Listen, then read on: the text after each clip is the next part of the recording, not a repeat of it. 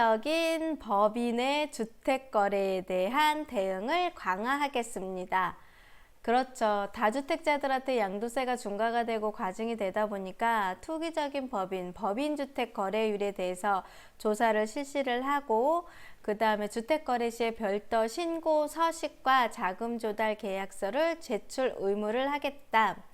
아무래도 지금 현재 사항에서 개인의 부동산 매매, 임대행위에 대한 규제가 강화되면서 부동산 매매업 및 임대업 법인 설립이 지속 증가를 하고 있는 상태이고, 전체 아파트 매매 거래 중에 법인의 매수 비중이 늘어나는 추세를 봐서 투기 과열 지구 등의 규제 지역에서 이루어지는 법인 주택 거래에 대해서는 불법 의심 거래에 대해 조사를 강도 있게 하겠다. 그렇죠. 이제 다주택자들한테 이제 임대사업자를 내거나 법인을 해서 양도세 부분에 대해서 21년도부터는 투기지역이든 비규제 지역이든 계산을 했을 때 21년도부터는 1년 이내에 양도를 하게 되면 양도세가 50%가 되고, 1년에서 2년이면 40%, 2년이 지나야지만 매도를 해야 일반세율 적용을 받잖아요. 그러다 보니까 법인 같은 경우는 기간 제한이 없습니다. 그래서 법인으로 법인 명의로 매수를 많이 하신 분들이 많았는데, 이 부동산 매매 법인들이 설립이 되고 하는 상황에서 많이 좀 움직였고, 개인 간의 거래에서는 자금 조달 계획서라든가 이런 대출 부분에 대해서 조금은 자유로움이 있었던 것 같은데, 이제 그거를 대출 대상에서도 제외를 했던 걸 이제는 만들겠다. 자금 조달 계획서도 제출하고, 그 다음에 대출에 대한 것도 조사를 추진을 하겠다는 게 이번에 발표 내용입니다. 실거래 특별조사 대상 및 지역은 법인, 미성년자, 외지인이 자금 조달 계획서를 제출하지 않은 주택 거래이며, 별도의 이상거래 추출 기준에 따라 투기적인 매매가 의심되는 사안에 대해서 탈세, 대출 규정 위반 등을 집중 조사해서 추진하실 계획이라고 합니다. 법인한테 혜택이 이제는 없어질 것 같고요. 조사를 했을 때 비규제 지역, 경기 남부 등 비규제 지역 등을 중심으로 해서 조사가 실시된다고 하니까, 규제 지역에 대한 법인 대출 규제가 강화된 지가 벌써 오래됐는데, 잔금 납부가 완료된 건에 대해서는 이상거래를 추출해서 조사를 할 거고요. 국세청과 금감원, 그 다음에 금융위원회 등이 관계가 같이 그 부서가 공유를 하면서 조사를 하겠다고 하는데, 앞으로 법인으로 개인 명의로 했던 분들은 좀 더 이제 그 통장의 거래 내역이라든가 그런 것들을 좀 잘 고민을 해보셔서 일체를 정확하게 쓰셔야 될 것 같고요. 법인의 특수성이 이제 신거래법, 부동산 거래 신고법에서는 이제 조사 정보가 부족했고, 그 다음에 많은 분들이 법인용 실거래 신고 서식을 새롭게 마련해 가지고서 실거래 신고 서식, 거래 당사자 일반 또는 쌍방이 법인인 경우를 활용해서 이원할 계획이면, 법인을 대대적으로 이제는 조금 더 강화하겠다. 자금 조달 계획서 제출, 비규제 지역 같은 경우는 지금 현재 6억 원 이상, 조정 대상 지역이나 투기과열 지구 같은 경우는 3억 원 이상일 때 개인 거래에서는 지금 자금 조달 계획서를 작성을 하면서 조금 이제 매수세가 조금 뜸해진 건 사실이에요.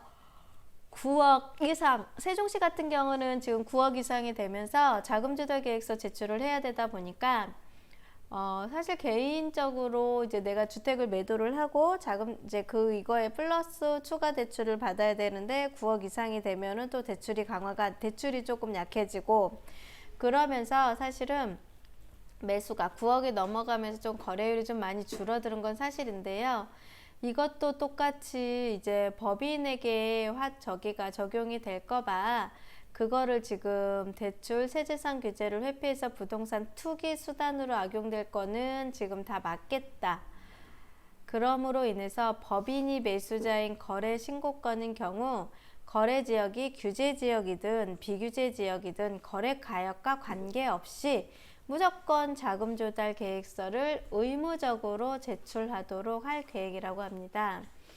그러면 법인이 자금 조달 계획서, 자금 조달을 투명하고 강화해서 실용성 있는 점검이 될 거라고 전망을 하고 있는데, 보시면 개인과 개인 간, 매도자가 개인이고 매수자가 개인일 경우는 개인용 실거래 신고를 적용을 했고 법인 그렇게 제출을 해서 자금 조달 계획서 제출을 안 했고, 매도자가 법인일 경우는 개인 실거래 신고를 법인용 실거래 신고로 제출을 하고 자금 조달 계획서는 안 들어가요. 매수자가 개인일 경우에는. 대신에 개인이 매도자가 개인이고 법인이 매수자이면 매수자가 법인일 경우에는 법인용 실거래 신고서가 들어가고요. 매수법인일 때는 자금 조달 계획서가 들어가고, 매도가 법인이고 매수도 법인이면 법인끼리의 거래네요. 이럴 경우에도 매수법인에서 자금 조달 계획서를 제출을 해야 된다는 게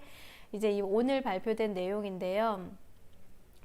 개선 제도 개선을 작업을 즉시 착수해서 5월 중에 입법 예고를 할 거라고 하니까 이제 그 전에 거래됐던 거는 이제는 예외적인 적용이 될 것 같고, 5월 이후에 진행이 되는 물건에 대해서는 이러한 상황이 생길 것 같으니까 조금 조율을 해서 열심히 이제 그 안을 제시를 했던 것들을 조금 검토를 해보시고 잘 찾아보시고 진행을 하셔야 될 것 같고요. 그 다음에 법인 등을 대상으로 한 이번 관계기관의 합동조사는 자금 조달 계획서를 제출하지 않는 거래건이라도 관리의 사각지대에 놓이는 것이 아니며 엄격하게 철저하게 검증한다는 정부의 일관된 의지를 보여주는 것이며, 규제 지역과 비규제 지역 등 대상 지역을 막론하고 부동산 투기 규제를 회피하기 위한 목적은 법인 거래에 대해서는 향후에도 실거래 조사, 거래 정보 수집 강화 등을 포함한 제도 개선을 추진 등으로 고강도의 대응을 지속할 계획이라고 밝혔다. 보시면 법인을 이제는 대대적으로 관리를 하고 조사를 하고 단속을 하면서 부동산의 이제 불법 행위를 잡겠다. 그 다음에 조금 세금 부분에서 자유로웠던 거를 예전에 한번 언급한 적은 있었었죠. 법인의 규제를 강화를 하겠다고 했었는데 그게 특별한 안은 없었었던 것 같아요. 근데 오늘 2020년도 5월 11일에 부동산 분양권 전매 제한을 걸면서 같이 법인 등에 대해서 같이 걸었는데, 사실은 부동산이 코로나 사태로 인해서 조금 잠잠해졌다가 다시 코로나 사태가 이제 좀 잠잠해지면서 거래율이 좀 많이 늘어나고 규제 지역이 아닌 비규제 지역으로 분양권, 분양장의 시장이 좀 활발했던 게 맞는데, 이렇게 오늘 발표한 안개, 법인 같은 경우는 5월달 안으로 법을 개정을 할 거고요. 그 다음에 분양권 전매는 8월 안으로 개정안을 제시를 할 거니까 개정안 시행령이 제시된 거를 한번 좀 자세히 보셔서 내가 어떠한 방향과 방법을 선택을 해야 될지를 고민을 좀 많이 하셔야 될 것 같습니다. 그래서 정부가 정책을 장려하는 주택 임대 사업자를 등록을 할 건지 법인으로 거래를 할 건지도 고민을 좀 해보셔야 될 것 같고, 이제는 많은 분들이 고민에 앞서서 이제 주택의 투자를 어떻게 해야 될지 방향에 대해서 고민을 많이 해보셔야 될 것 같아요. 그래서 저 또한 오늘 발표된 걸 가지고서 이제 특별하게 뭐 결론은 법인 거래를 예전에는 조금 설립했을 때의 장단점도 논해드리고 했는데, 이게 지금 안 된다 하면 어떠한 방향으로 이제는 내가 주택에 투자를 하고 그 다음에 그거를 방향을 제시할지를 좀 더 연구를 해봐서 간간히 제가 유튜브 채널을 올릴 때마다 좀 안내를 해드릴 테니까요. 그때 좀 참고해서 보시고, 오늘 발표된 내용을 조금 결론을 말씀드리면, 분양권 전매 제도가 제한이 이제 분양권이 소유권 이전 등기 완료될 때까지 거래가 안 된다.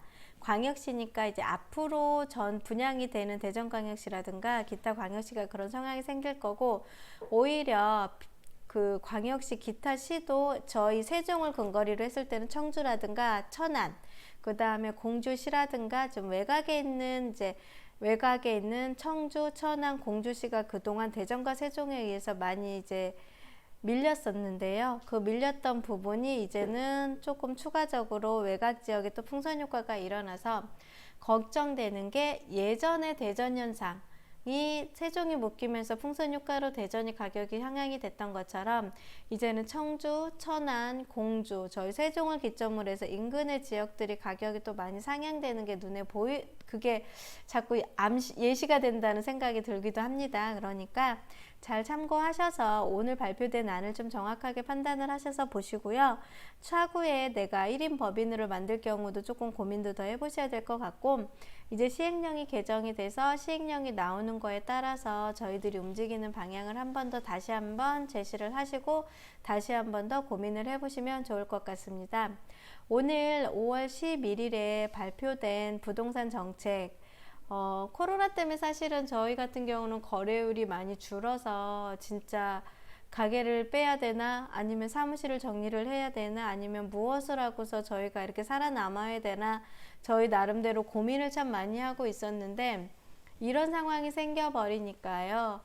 어떻게 해야 되나를 지금은 또 많이 고민을 하게 되는 것 같습니다. 저희도 부동산 중개업은 중개를 해야지 먹고 사는 상황인데 기존의 주택은 가격이 많이 상향이 돼서 거래하기도 힘들고 또 자금조달계획서 제출을 하려고 하다 보니까 매수자분들이 조금 꺼려 하시기도 하고 대출 규제가 있다 보니까 실소유자들은 자금이 없는 분들이 대출을 받아서 주택을 매수하는 것도 어렵고 청약밖에 답이 없었는데 그나마 그 청약에서도 규제지역과 비규제지역 너나 할 것 없이 이제 묶이는 상황이 되다 보니까 삶의 터전인 뭐 그런 지역을 어떻게 정리를 해야 될지 하는 생각도 좀 많이 해보게 되고 부동산으로 이렇게 자꾸 묶어지면서 이제 저희들이 생업에 조금 어려움이 생기지 않나 하는 생각을 좀 해보기도 합니다.